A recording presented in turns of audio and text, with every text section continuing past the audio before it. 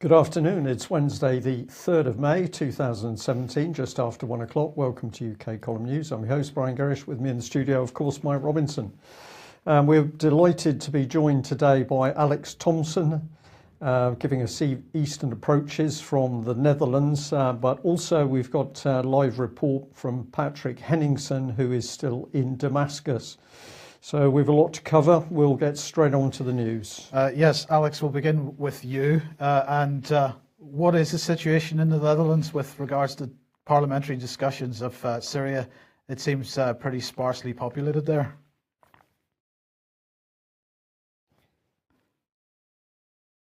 Not much we can do about that at the moment, but I hope I'm audible. This is a Dutch parliamentary debate, in fact, with Prime Minister Mark Rutte being caused to answer questions. And various parties sent at least one member of parliament to ask him about Syria. Now, the Netherlands is not directly involved in the carnage in Syria in the way that Britain and America and some other European countries are, although, of course, they do handsomely fund the White Helmet. So, in fact, they're funding al-Nusra Front in that regard.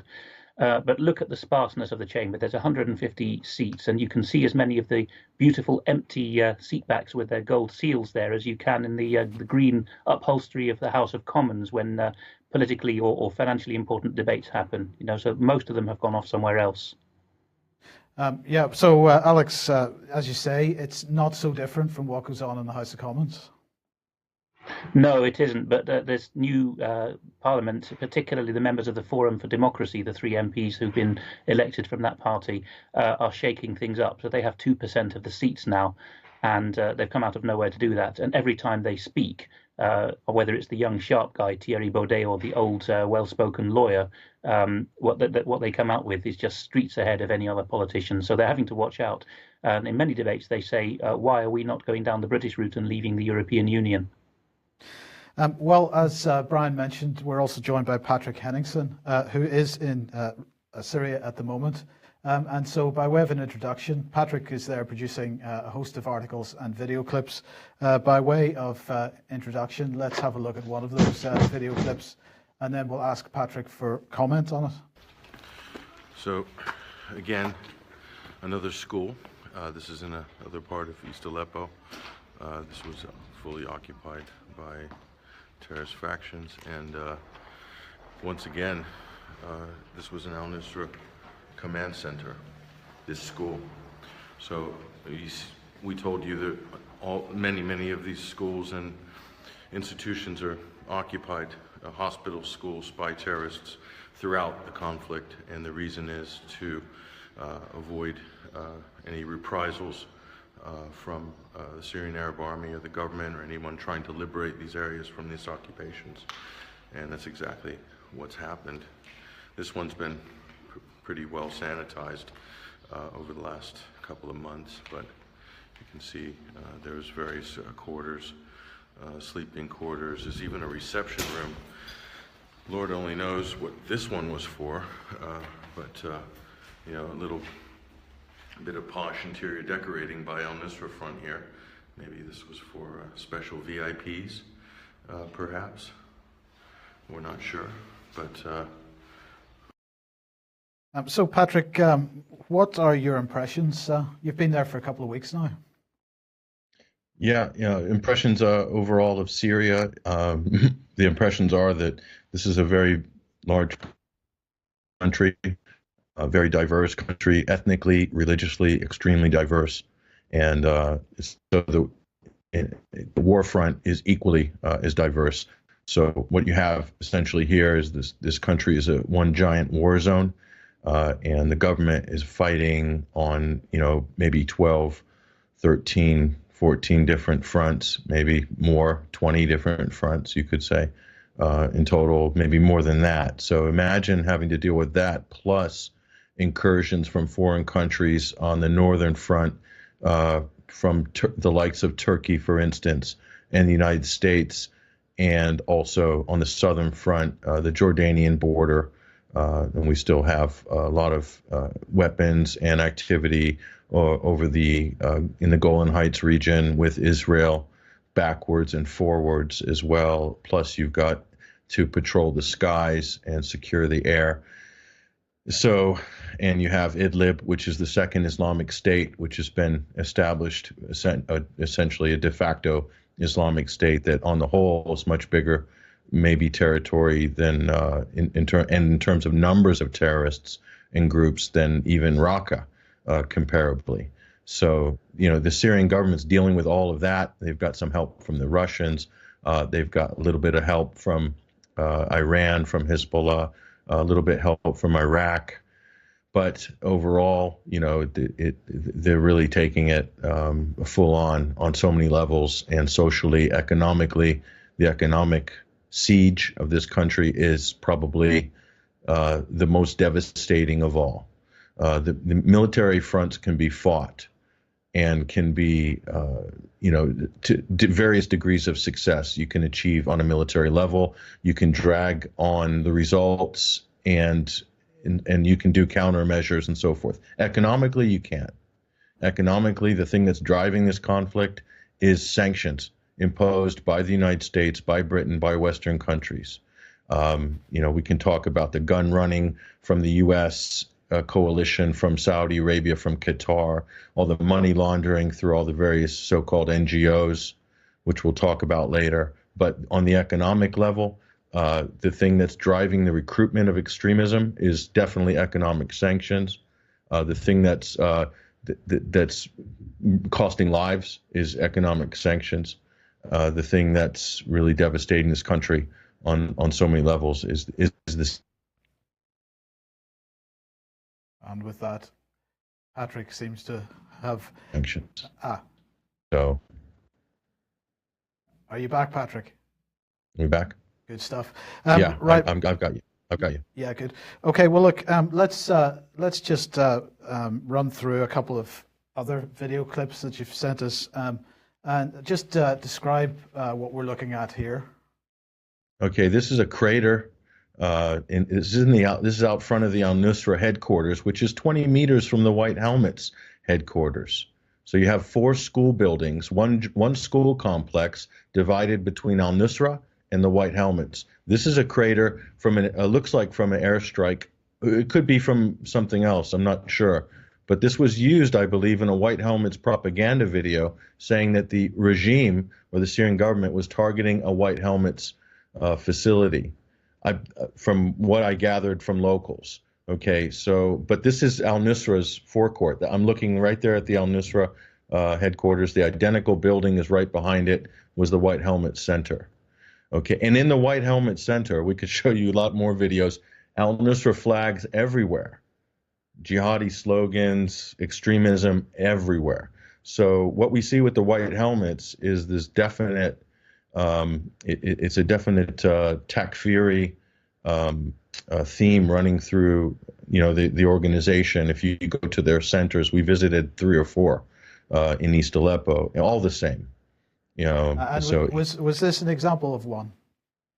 Yeah, there's one of our guides there holding up there. That's the center right behind and right in the back you can see the Free Syrian Army so-called revolution flag up there. Behind that you'll see an al-Nusra flag on the wall inside, but that's the White Helmets so-called center there in Hanano. And there's a shoe. We're just doing a little pastiche of a BBC documentary style there, showing the shoe. This very much reminded us of Saving Syria's Children. Yes, that's all you need is to get the shoe shot in, and it's good to go for the Beeb. But anyway, incredible, absolutely incredible. Oh, and they weren't short of any supplies, by the way.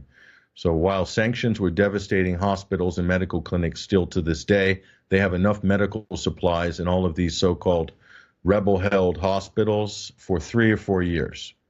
Okay. And food supplies that's been hoarded from international food aid. I mean, unbelievable the amount of stuff that was hoarded in the so-called rebel or in actuality terrorist-held East Aleppo.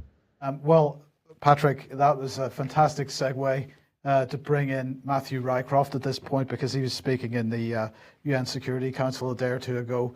They published his speech yesterday. So he made a statement to the UN Security Council, and he began by saying, "I want to begin by wholeheartedly condemning the terrorist attack on desperate civilians as they were evacuated as part of the Four Towns Agreement. This is the Rashdeen bus bombing, of course. It is utterly tragic that over 120 people, including a very high number of children, were brutally killed. The United Kingdom condemns this terrible attack. We will work to ensure that whoever is responsible is held to account. I wish to salute the unity and bravery of the humanitarian response, including the response of the White Helmets. This is spectacular, Patrick, that he continues to push this forward, this idea that the White Helmets are first responders, humanitarian first responders. And yet, as you and I and Vanessa and many others have pointed out, the 40 to 60 million pounds that the UK government has given to the White Helmets so far has come in the form of non-humanitarian aid. So if this is a humanitarian organisation, why are they receiving non-humanitarian aid money? Yes, that's a good question. But, you can't tell me this is a humanitarian organization. We have in our possession over 50 images of different white helmets in combat with terrorist organizations. I've posted those, by the way, on 21st Century Wire, but that's only a small fraction, I'll tell you right now, of the members that cross over. So if it was just one or two, fine. But we're talking, dozens and dozens, and of maybe a couple of hundred that we don't even know about yet.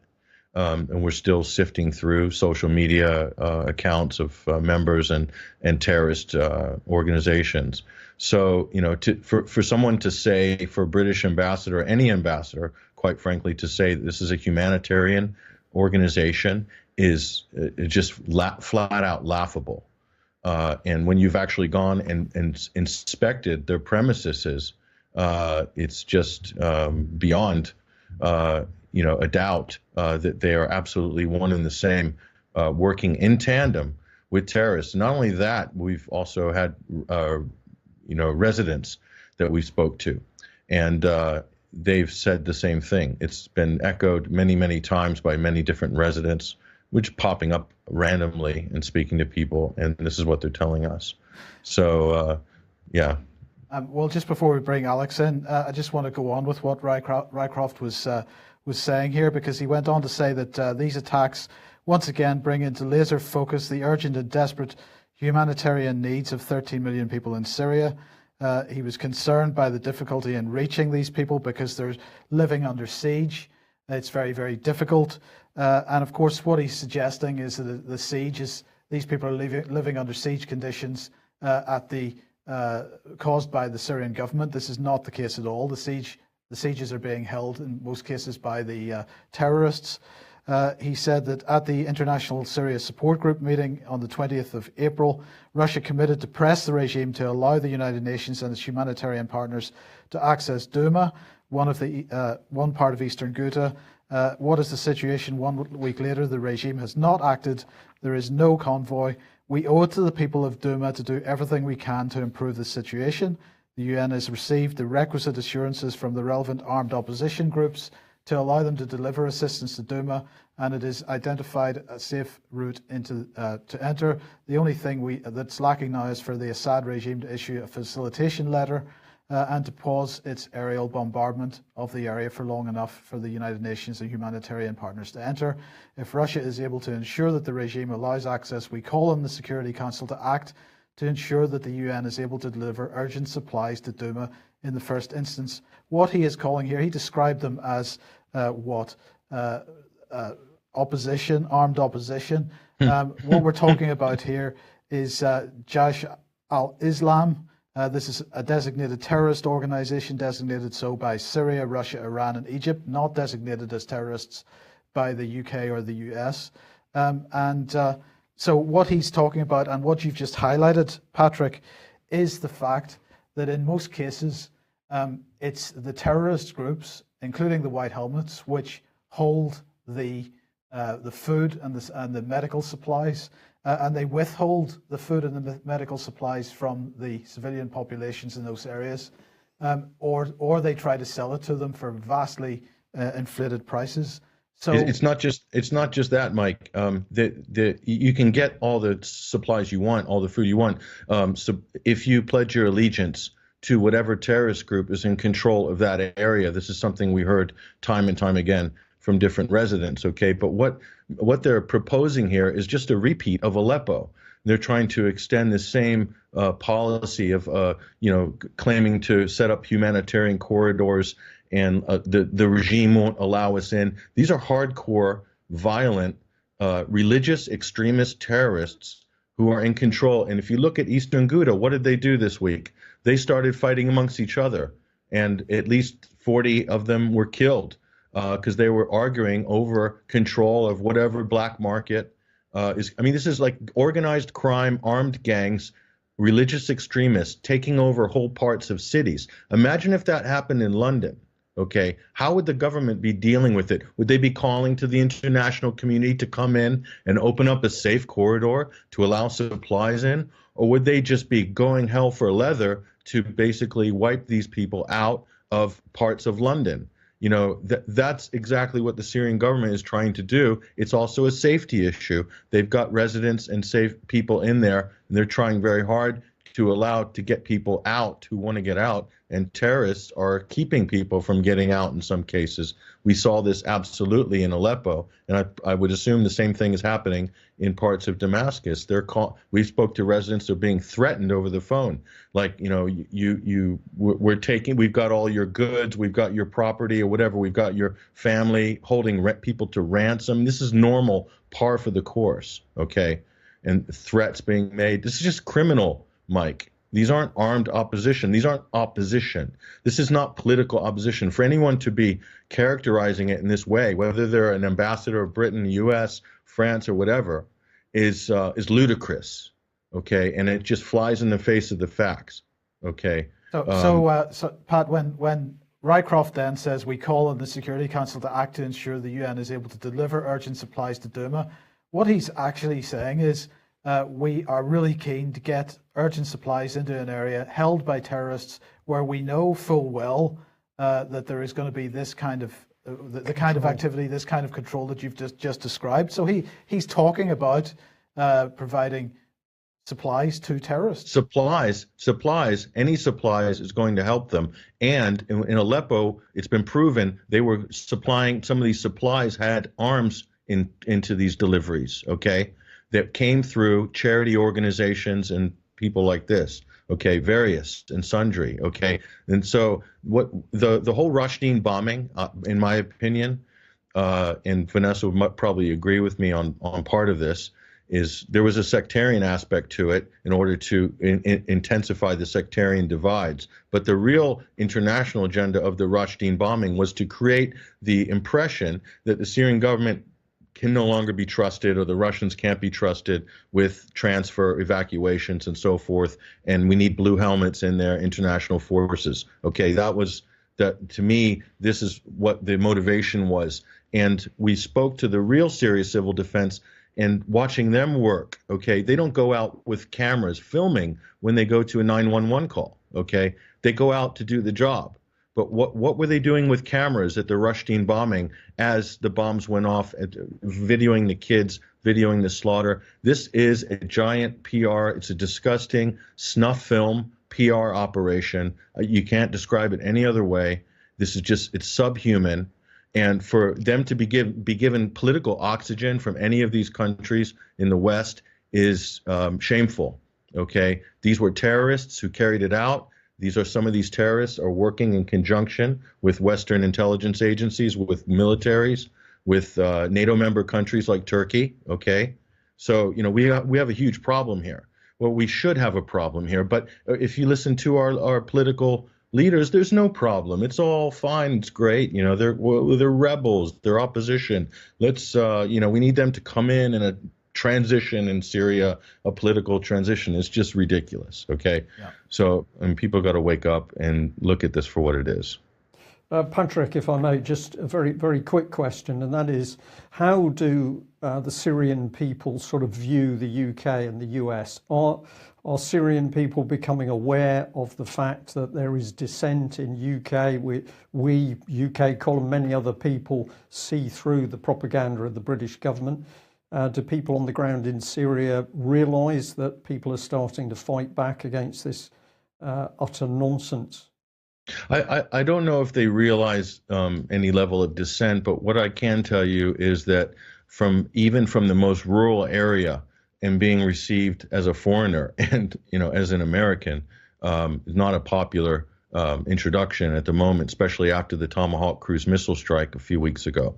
But they clearly can delineate the average Syrian between a person from America and Britain and France and the governments of America and Britain and France. So they can delineate between the population and the governments, and they actually go out of their way to tell you that. I can't tell you how many times that's happened. So listen, the people here know exactly what's happened. They know what's gone down. They know how it's gone down. They know who was involved with what. Okay. They have the data. They have the information. They have lists of products of everything that's been smuggled into the country from Turkey and from which country. Okay. They know all this. They know where the weapons are coming from, where the cash is coming from. And they know they've been bamboozled. Okay. They have a high level of awareness of the causes of this crisis, which they call it a crisis. We call it a civil war in the West, which is inaccurate. Okay. But the problem is, Mike and Brian, isn't with the Syrian people. The problem is the people in the West on the whole have no idea what's happened. Except for your readers, your viewers know, mine know, and some alternative media outlets know, and a few people in the mainstream are starting to come around. But on the whole, the problem is the people in the West are brainwashed by the major media outlets like CNN, like the BBC, like the Washington Post, like the Times, like the New York Times. They've done a fantastic job of brainwashing the population about every single fact about this conflict for the last 6 years. And this is the reason why this conflict has dragged on. This has provided the political impetus to get away with more fraud and more deception, as we saw with all these various chemical weapons events. Okay, this is just one small example of things that have been used to prolong the meddling by the West and to destroy this country and to destabilize this region. Okay, so the problem isn't with the Syrian people; it's definitely with the people in the West. And I blame the media for this, and I blame politicians because they're lazy and they don't really care enough to go and find out what's really going on. They just take what they see on the Today program at face value and go with the talking point, basically. Yeah. So okay, thank you for that. Well, which again brings us perfectly into the next one, because Alex, Peter Ford continuing to be attacked. He is, Mike. Just before I forget the couple of points I had regarding Pat, I will mention them first. First of all, he mentioned that in the eastern Ghouta, the rebel-held suburbs of eastern Damascus, the terrorists have started having at each other last week. And this reminded me of Mark chapter 3 and verse 26. And if Satan rise up against himself and be divided, he cannot stand, but hath an end. So there's some hope in that, I think. We heard from Pat there about the UK permanent representative to the UN, one of the P5 ambassadors, certainly the fifth most trustworthy of them. Someone in the chat room suggesting his name would be better as Matthew Lycraft. But he's not the only green one on the permanent five. Here's Ambassador Nikki Haley, again, not her birth name, but that's her Americanized name she's gone by. And here she is, and this photo was tweeted out by the US Embassy Syria account less than a week ago, 6 days. And there she is standing alongside Raed al-Saleh, who is the head of the White Helmets. Patrick's just told us that they have their headquarters 20 yards from the Al-Nusra Front terrorist organization headquarters in Aleppo. And the tweet is captioned, Ambassador Nikki Haley met with Raed al-Saleh, head of Syria Civil Defense, as they call themselves wrongly, and she discussed continued US support for the White Helmets. Well, so Alex, that is because I hadn't seen that, but Raed Saleh was meeting Matthew Rycroft last week as well, and I find this particularly interesting. As I've said in the latest article on the UK Column website, we are at risk, I think, of military intervention in Syria over the coming 4 weeks, while there is no parliament to stop it. And I do wonder whether those two meetings with Raed Saleh may be related to that. I don't know if you've any thoughts. Well, they're clearly not related to humanitarian aid, Mike, because this was busted months ago, and it's now a monthly, weekly, sometimes daily talking point by Maria Zakharova, the Russian Foreign Ministry's spokeswoman, rather, who points out that the White Helmets are a bogus humanitarian organization composed of particularly soldiers chosen for their handsomeness to appeal to middle-aged females in the West, basically. That's the sad truth of it. So it can't be a sincere attempt to talk humanitarian. It has to be, how can we get more stuff into your boys via this smuggling channel? I will talk about Peter Ford in a moment, but again, before I forget, something that particularly upset me and my wife more particularly, as she's a radiographer, in listening to Patrick Henningson's excellent interviews on the Sunday Wire, the 21st Century Wire's 3-hour special. The last two of them have come live from Syria. You must listen. The latter of them contains an interview with quite a sterling Syrian Catholic chap who is a businessman in Aleppo who had his factory trashed like all the rest by the Turks in Aleppo. But he's also a radiologist. And he says that Al-Kindi Hospital, well known for being the best cancer hospital in the Middle East, the first in the whole of the Middle East to get a PET scanner, positron scanner, the most advanced scanner there is for cancer treatment, that was blown up by, if I'm not mistaken, al-Nusra again, in Aleppo, by men shouting Allahu Akbar. These are the moderate rebels whom Rycroft and Haley tell us that the Western governments need to support, and the Dutch government here too does its bit.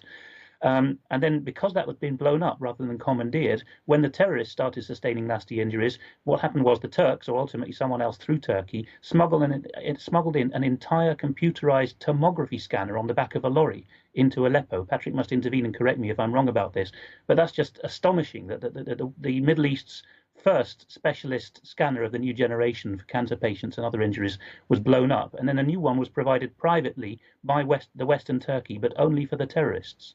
Patrick must correct me if I'm wrong there. Right. No, well, yeah, sorry, correct. You're pretty much correct, Alex. That's pretty accurate. Okay, Right. look, Alex, we need to start moving through some of these. So tell us what the latest is on Peter Ford. Well, if you look up this Telegraph hit piece, revealed how Britain's former Syria ambassador appeared on BBC to defend Assad after quietly taking a job with dictator's father-in-law. I've been in touch with Peter Ford about the many inaccuracies in this. The piece is primarily written. The first accredited author is by Robert Verkijk, who is at least linked with the neoconservative Gatestone Institute. He may not have been employed by them, but his name is on the website's list of authors. So he's got a clear interest in showing up or undermining comment on Syria, which isn't in accord with the UK and US government's attempts. It appears that the consortium first wanted to go to the Sunday Times because they were sniffing around this non-story weeks before the Telegraph. So there was a coordinated attempt to get him with it. The article leaves hanging whether Mr. Ford is paid or not, and Mr. Ford has confirmed that he is not paid for his membership of the British Syria Society. And as for the links with Dr. Akhras, who is the father of the Syrian First Lady, he says that I'm only a director, and at least I think the first iteration of this Telegraph article wrongly reported that he was the director. Peter Ford was supposedly the director of the British Syrian Society. The BSS is by any means almost defunct because all the other former ambassadors and the like have pulled out of the board of directors. And Peter Ford's given me a description of what he thinks of the article. He says it is untrue, tendentious, misleading, and just plain wrong. A case study in an ad hominem smear designed to smother discussion of actual facts. And he also contests the claim that he was unavailable for comment by the Telegraph. He says, no, the Telegraph made no attempt to contact me. And they also got his age wrong by 10 years. Yeah. Okay, well, let's look at somebody else who we featured on the UK column who's currently under massive attack in the media in Europe, also by Kenneth Roth from Human Rights Watch. To spew propaganda, says Kenneth Roth. The hypocrisy there I can't even begin to comment on. There used to be GONGOs, government-organised NGOs. Now there are alternative NGOs. This is Marcello Ferrada-Dinoli, who is from Swedish Doctors for Human Rights. We interviewed him a couple of weeks ago. He's also appeared on RT, as you can see from the screenshot that Kenneth Roth has chosen to include there. And of course, what was he focusing on? He was focusing on the disgraceful treatment of babies and children, and particularly one baby in a White Helmets so-called field hospital. where the baby was having a huge injection into the heart, and that clearly, if it didn't kill that child, the child was already dead when that happened. So this was again the use of people injured or killed in Syria, the use of them by the white helmets for propaganda purposes. If you want to have a look at the interview that we had with Marcello, get onto the white helmets section of the UK Column website, and if you scroll halfway down the page, there are several videos there. And you can see that. That's UK Column News from the 8th of March 2017. So do have a look at that. Okay, well, Patrick, you mentioned the fact that a lot of MPs, it must be the same in the American Senate as well, simply don't know what's happening because they follow the propaganda. We'd like to thank the lady who alerted us to this. It's a report which has come through the House of Commons Library, Syria and Iraq since the cruise missile attacks. This was published on Tuesday, May the 2nd, 2017. And I had a look at this. So on the website that we're showing on screen, this is simply a summary. The real document is this one. And I was absolutely fascinated to read this document written by a man called Ben Smith. And we'll come on to Mr. Smith in a moment. But what do they say about these briefing papers? Well, let's get to the important thing. This is an impartial briefing and evidence base. It's talking about evidence, apparently, and it's impartial. And then it goes on to say it is correct at the time of publication. So this is just one excerpt from it. This is well on in the report, about 2/3 of the way through. Outlook. And what does it say? Does the cruise missile attack make a negotiated settlement more or less likely? The Syrian government may abstain from using any more chemical weapons. Now, what's interesting is if you go through the document, it uses a lot of references. When I checked out the references, they're NGOs, they're very modest little web-based organisations such as the Syrian Observatory, their BBC reports, their CNN reports. So this is supposed to be a factual, unbiased document written by a gentleman called Ben Smith. But when we get into it, absolutely no evidence whatsoever, forensic factual evidence about the Syrian government actually using chemical weapons. So the whole of this briefing for parliamentarians based on a lie. And I'll just bring in here, who is Ben Smith? Because if you attempt to find him, you can see him listed here in the House of Commons staff, International Affairs and Defence, and he's right at the end of that line. Who is this man? What is his experience to be doing so-called deep analysis on Syria? From what I've seen of this document, this is created. This is like weapons of mass destruction, Mike. This is carefully crafted propaganda, totally biased for British MPs.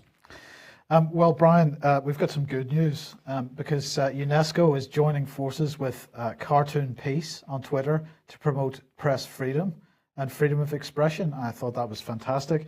I wondered why might they be doing that today. Well, of course, this is May the 3rd, and we should all realise that this is International Press Freedom Day. World Press Freedom Day 2017 is today. This is fantastic stuff. They say that critical minds for critical times, the media's role in advancing peaceful, just and inclusive societies on every year.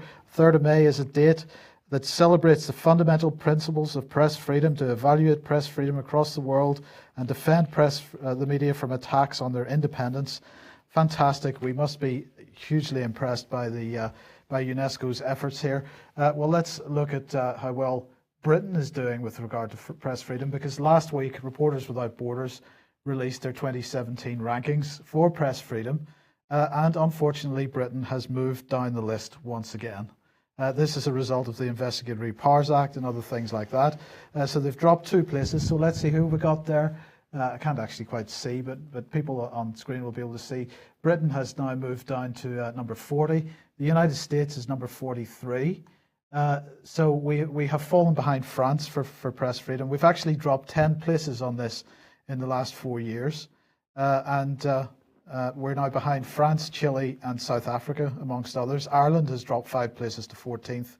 And the United States, well, its press, as I guess, is completely controlled at this stage. But Patrick, just briefly, because we are short of time here, the situation with the press with regard to Syrian reporting, we can tell. I mean, it's there's no evidence required because they demonstrated every time they put pen to paper. The press reporting on Syria utterly controlled, so there is no freedom of the press with regard to Syrian reporting, as just one example. Yeah, you can argue about why, what are the levers of control in the British, the American, the Canadian, the NATO member state press. But really, a lot of it comes down to, yes, there are sort of people controlling editorial positions and so forth. That's been proven throughout history. But a lot of it's self-censorship. And I'm just going to say this, okay? Everything that we've seen and everywhere we've gone over the last couple of weeks, every single mainstream journalist could have had access to that. All they have to do is show up and ask for it, okay? But they're not here. This place should be teeming with reporters, Mike, Brian, okay? I should be running into CNN, Time Magazine. I ran into one Daily Mail reporter, okay? He was here. And I ran into someone who claimed they were with the Washington Post, okay? And that's it. But if you go to Beirut, you're bumping into them everywhere. Or if you go to Istanbul, you're bumping into them everywhere. They're all over the place. They're not here. And the reason they're not here is because they don't want to be here. They don't want to report the facts. They don't want to learn what's really gone on. Because it's a war zone, there is a level of public safety that has to be adhered to and respected in terms of the operations that are going on security-wise, and B, just for the safety of the media itself. So they're all screaming and crying that there's a press block here, or that Western media aren't allowed here, which is a complete lie.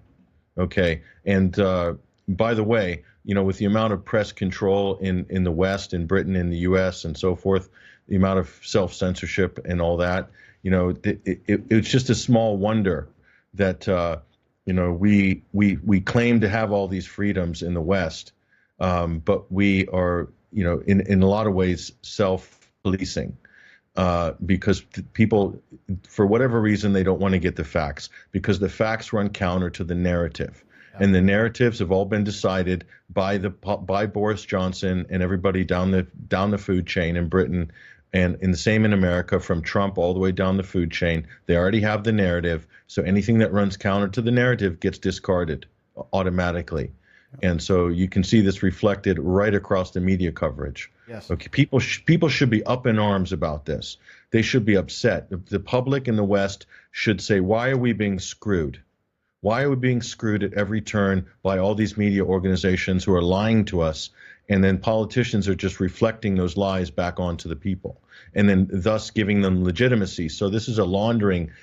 This is laundering narratives and lies, and propaganda is being laundered through what are respectable media outlets and institutions and academia, and then they come through the mouths of politicians, and the average person on the street doesn't know any better. They're none the wiser, because it's been laundered through all these supposedly respected institutions. But when you go back and look, like the Ben Smith statement that you've so rightly pointed out there, that it's completely biased, total supposition, no evidence at all. It's like non-evidence-based commentary. Right. And that is what's running our policy and running our agenda. We've got a huge problem. Yeah, absolutely. And in Holland, it's no better, it seems, Alex, because forget about self-censorship. Now we seem to have allegations that the police are bribing newspapers to be quiet. Yes, not just any papers, but the Telegraaf, the biggest in the country. The chap on screen is the surprisingly young-looking chief of the National Police, Erik Akerboom. He looks like he's slightly of a similar mold to some of our policemen, just looking at the eyes and the posture there. Also the behaviour, because I have here his statement when he was rumbled, and it's all full of claims that we misestimated our own data. There was no intent to mislead or silence the Telegraaf. But what it's about is the Telegraaf asked the police, could you give us details, please, on how many people came in as bogus asylum seekers who then committed crimes? And the police said, quite improperly, by the way. This was on the basis of a Freedom of Information Act request. They said, no, we absolutely don't link asylum seeker databases with police logs. That's racist and we don't do it.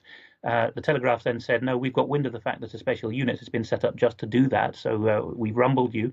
And the police said, well, if you shut up about that, we'll give you a special interview with the Chief of Police, Eric Akkerbohm, in which he will rave about everything we're doing to squash pickpockets from designated safe countries. And we'll also give you specially privileged stats on rejected asylum seekers who refuse to leave the country. In other words, in European countries, this is information which papers can get if they're very sweet with the establishment. It's even if you put in a Freedom of Information request, you will not be given it.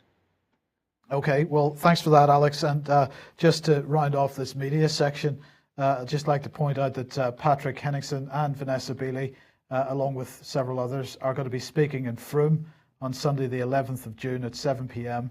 That's in the Cheese and Grain in Frome. We will be publicising this over the next coming week, couple of weeks. Look forward to that. We better quickly move on. Alex, what is going on here with Theresa May and Juncker, and particularly this article from what is this, Frankfurter Allgemeine? Yes, this is the German paper of record, the FAZ, the Frankfurter Allgemeine, and this is how long this report is. Actually, if you look at the printout, there's a full page there, and there, and there, and there. It's 4 pages of close type here. Or filling a huge spread in the Sunday edition. It's a complete leak of Juncker's team's account, deliberately, because they're going to be doing this every stage of the way now in the Brexit negotiations, the continental side are, a leak of exactly what went on when Juncker came to have dinner with Theresa May. Now, I've discussed this a little with you and Brian, and you'll have your own thoughts. But it's been summarised in 30 tweets by, I think, the Berlin chief of The Economist, or the former Berlin chief of The Economist, very usefully. It's astonishing what went on. Mrs. May turns out basically to have known nothing, to have not been briefed. And I think Brian and you may have for the same view as me, which is that she's been regarded by the civil service and maybe even by David Davis, who's, I would say, a fake Brexiteer, as basically unable to process the information, or don't bother her with the information. So when Juncker actually said and pulled out of his briefcase, the huge dossiers for Croatian accession and one other of the dossiers, he plonked them on the table and said, "Look, Theresa, you're not going to get a deal in a jiffy, and you're not going to wrap up the issue of EU nationals in Britain and UK citizens on the continent in time for the June summit, as you were suggesting." He said, "Not only have you got your election in the way, but look at the thick wads here. This takes eons to negotiate." And her face fell, and she said, "But I thought we could make a clean success of Brexit." And it dawned on Juncker at this point that she was really not up to the task and had not been briefed. Any thoughts? Well, I certainly have got some thoughts, but perhaps I could explain that when we move on just through a little bit more. Well, okay, we'll bring it in now. Let's just have a look at this. This is Guardian picking up on the fact that when Theresa May went to Cornwall and Bristol, public were not allowed to get near her, were not allowed to interface with her.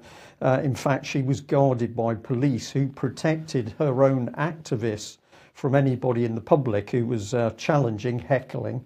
I had to put this little title in, "Suffer the Little Children," because look at the age of the people in the publicity campaign. So let's get in a bit deeper. And this was just an incredible thing that popped up this morning. We had a look at Bloomberg here. This is part of a video. A big win would give her a mandate to push through her own brand of Brexit. Now we're getting to the truth of the matter, because whatever her brand of Brexit is, it's not reality. If she's naive enough to think she can actually achieve Brexit, we know that behind the scenes Britain is being locked ever deeper into the EU, principally, of course, by EU military unification. But there's somebody in the shadows here, and we had missed this one completely, but let's bring it in today, because here is the man who is actually running Theresa May. And this is Jim Messina. Who is this man? Well, he was formerly Obama's Deputy Chief of Staff. Around him, May's brought together Cameron's original election team. These are some of the other names. We're going to be looking into them. But it's significant that last year Messina advised Spanish Prime Minister Mariano Rajoy, if I pronounce that correctly. So we're now seeing Obama-ites who are actually running the Tories' election campaign, and this is the meat of it. The Huffington Post here, one of many organisations that picked up. This man is embedded in Common Purpose in the States. This was Common Purpose operating around Obama. And I have to say, of course, it was cpexposed.com that highlighted this back in 2009.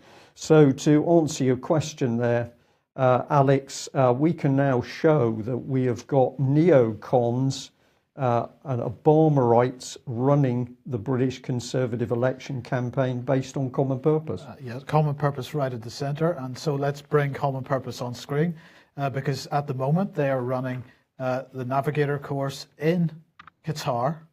And participants, they say, testing out their ideas with various people. And as you can see, it is typical Toys on the table, Common Purpose course, completely screwing with people's minds. But what happened in the evening?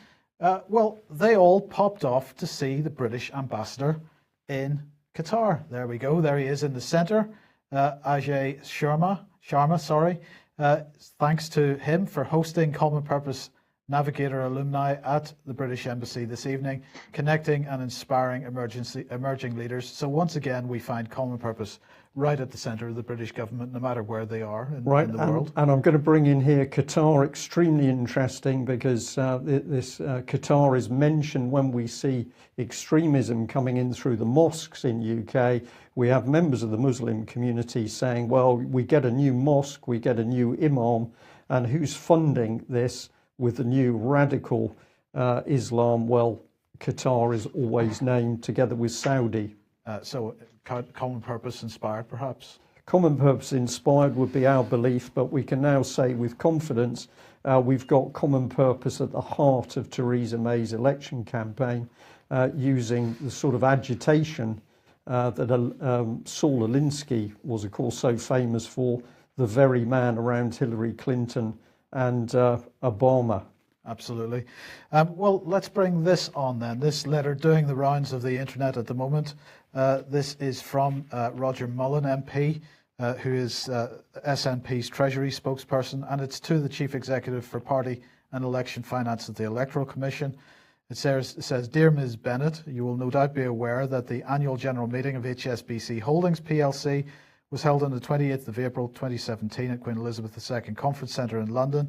At this meeting, serious allegations were made about significant HSBC loans to the company IPGL, led by the former Treasurer of the Conservative Party and current Chair of the Conservative Party Foundation, Mr Michael Spencer.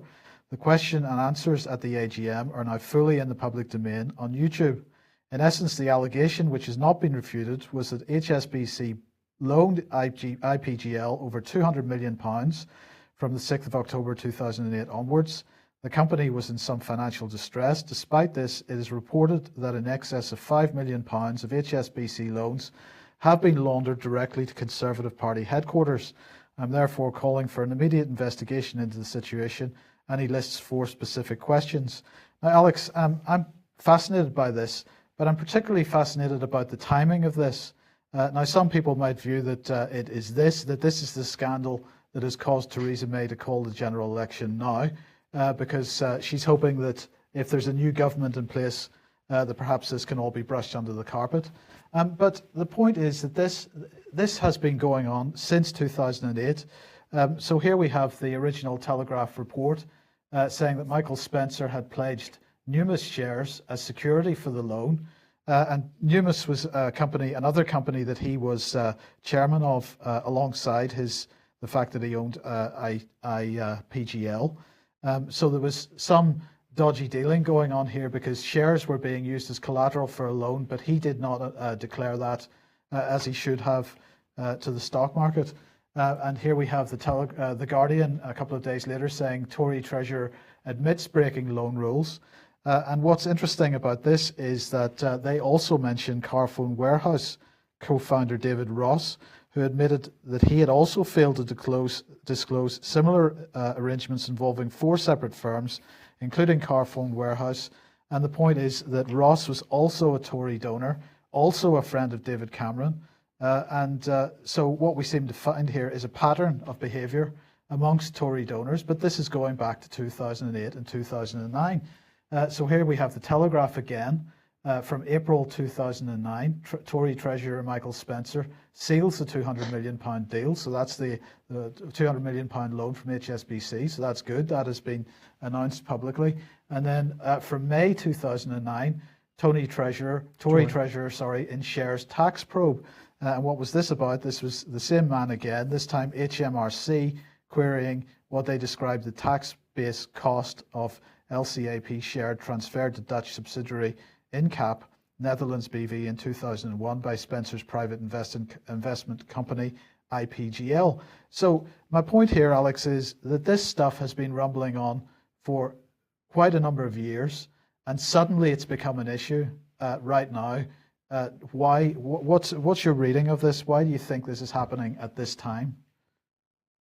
My reading of it, Mike, is that there's simply so many Tory scandals breaking simultaneously that everyone with a YouTube account seems to be saying, I'm confident that the general election's been foreshortened in order to cover up my particular scandal. And they might all be right. There's so much breaking together. There's a lot of it revolves around Tory funding, also Tory misuse of public funds in the, don't get me wrong, I'm absolutely not a Labour supporter, and I think the current Labour team would be utterly disastrous, for which just see Diane Abbott's performance yesterday for one. But clearly the meat of the corruption at the moment is among the Conservative Party, because they're the natural party of government in the UK, particularly if Scotland is forced out of the Union. And there's been a generation of political scandal involving, misuse of public funds for electioneering is the latest one that the police and the CPS are interested in. Cosy relationships with particularly HSBC, but the banking world in general is another one that's breaking. And another is the whole line of what's been going on with mining and extractive industries and former Tory frontbenchers and peers' shareholdings therein. And perhaps to round out that off, the chap whose tweets I referred to, who summarises the Frankfurter Allgemeine article, is in fact the current Berlin bureau chief of the Economist, Jeremy Cliff. And so he's quite well accomplished. And of his 30 tweets, which he tweeted out in the night of the 1st of May, the middle one, number 15, is key. He accurately translates here that May thought that what she could do was the following, a repeat of the following. As Home Secretary, May opted out of EU measures playing to the UK audience, then opted back in to more than 2/3 of them. This was the justice pillar, and wrongly thinks she can do the same with Brexit. And if I look at the German original of this, it says that May's argument to Juncker, which horrified all the Eurocrats, was at the time, das hängte niemand an die große Glocke. Nobody made a song and dance about Britain secretly signing up again to Europol and all the rest. And the EAW. And so the paper goes on to say that May argued, I can do the same again now. Officially, I can go hard on Brexit, but in fact, I can actually carry on with the EU in our own interests. Who is our? I think it's actually not the Conservative Party or the British government. I think it's a small number of financiers. Yep. I think we could agree on that. Well, we would agree with you on that. Now, we're very short of time, but we promised twice just to follow up on the IPCC story. I'll do this very, very quickly. Just to remind people, what we were interested in is that when the Hillsborough investigation was going on, IPCC investigated the Freemasons. Had there been secret meetings? Was evidence covered up? IPCC supposedly investigating Alison Hernandez, who's the Police and Crime Commissioner down here in Devon, but they don't want to investigate secret links between individuals connected with Common Purpose. Now, we have shown you some documentation. This was an invoice showing IPCC staff being trained by Common Purpose, and note the redacted information, so very secretive.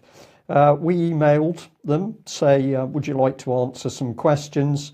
Basically, back came a fob off. So we'd asked for comment on the connections with Common Purpose. Their response says IPCC has no concerns in relation to the matter you've raised. We're satisfied there's no conflict of interest associated with any of the West Mercia officers involved in this managed investigation. This was a complete fob off. Common Purpose not mentioned in the response, and we directly asked for information about collaboration between Common Purpose and the IPCC. So we'd just like to tell our audience we've gone back to IPCC and asked them to simply answer the question. But this is very serious stuff, because we've shown in this news, as just one example, Common Purpose embedded in the elections, embedded in training of people overseas, working with British ambassadors. But when you ask what are these people doing, even the supposedly independent Police Complaints Commission seems to be prepared to obfuscate or possibly lie as to their involvement. I think we better wrap up there. Patrick, 20 seconds of summary or comment from you to finish, please.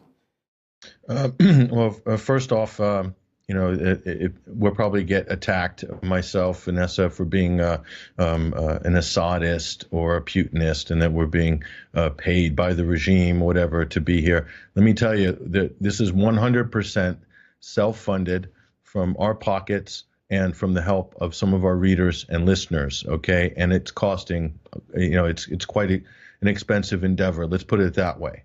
Okay, and to have the security that's required and so forth, and the secure transport and all this sort of stuff, it's expensive. Okay, so just to let you know, we do have a donations link on the site to help with the travel fund, and we do appreciate any support that anybody can give us as well. But where your tax money is going is here. Okay, this is a little booklet that we picked up in the White Helmet Center, and so forth, so these people are helping to prolong the conflict. They're bringing on airstrikes with their videos from the West. They're keeping this conflict going. They're also providing propaganda for terrorist groups throughout Syria and further afield. Okay, that's where our tax money is going. So if $200 million for booklets, uniforms, and helmets, where's the rest of the money going? Could it, pray tell, be laundered for other more sort of illicit items, perhaps? Hundreds of millions of dollars have been funneled to this group, okay? And all we've got is a few uniforms and a few books. Okay. Well, Patrick, we may be able to answer that question in the not too distant future. Alex, very quickly. Speaking of Western taxpayer-funded terrorist training equipment, it's also come out this week, you can read about it in The Hill, that Soros, through his Open Society Foundation, got US aid and United States State Department money to have Saul Alinsky's Rules for Radicals translated into Macedonian. That's the book, which of course is dedicated to Lucifer and the overthrow of governments. Okay. Good stuff. Okay, we will follow up because we have so much today, but we need to end. I'll just say as a comment that the team up in Perth are running the Child Abuse Conference. That's all down to Andy Peacher and his team. We learnt first thing this morning that 2 members of the Scottish Government have deemed to turn up. So this is going to be very interesting feedback straight from survivors into the heart of the Scottish Government. And also tomorrow we will report on a gentleman called Ollie who is being subjected to a virtual trial as a result of his protest about council tax. We've run out of time today, but we'll cover that tomorrow. Gentlemen, thank you very much for joining us. Excellent reports as always. Thank you, our audience and listeners, for joining UK Column. If you like what we're doing, what Patrick is doing with 21st Century Wire, please donate, because as Patrick says, we can only do what we do with your financial support. Thanks for joining us. Bye-bye.